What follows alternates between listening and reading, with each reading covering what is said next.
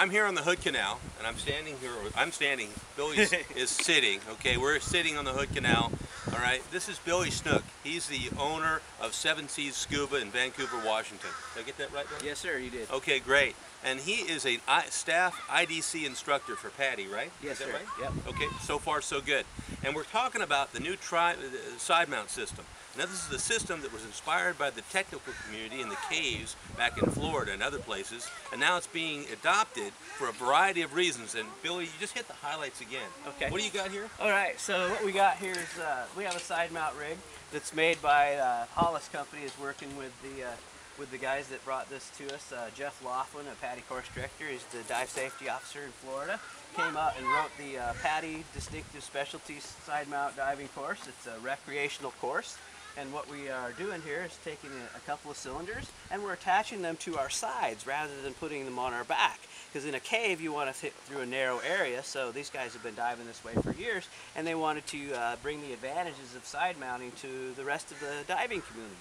What's really cool about side mounting is that you can use any size of tank you want. So even a very small person could use a couple of 40 cubic foot cylinders and strap to the sides of this, and you can carry those cylinders to the water individually, and so you no longer have to carry all this really heavy gear to go scuba diving. So you can put this rig on your back in your appropriate weighting and have someone help you carry your tanks to the water. You can put the whole system on in the water while you're neutrally buoyant, and then you don't have to carry all the heavy gear. And when you're done diving, same thing, you can take it off in the water, set the tanks down, have someone help you, or carry the tanks up individually. So this is going to afford a whole lot more people the ability to try technical diving or recreational diving with a better center of gravity. Instead of having all the weight on your back, it's now distributed on your sides, makes you much more stable in the water rather than one big tank on your back and sending people turtling onto their back and having a difficult time diving. So ultimately I think this has the possibility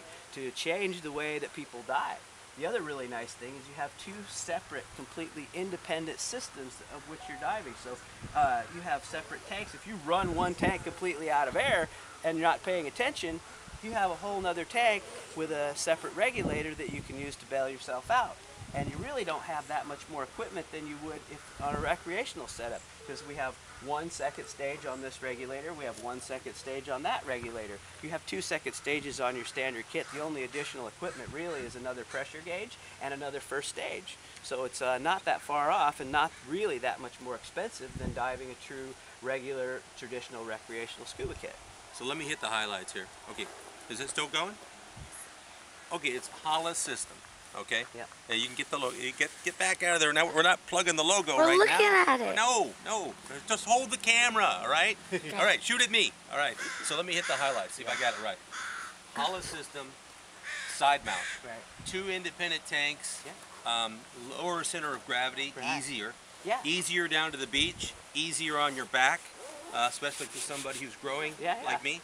And brand new. So if you want to see the latest gear, click on the link right underneath this video and check out their website. And bye.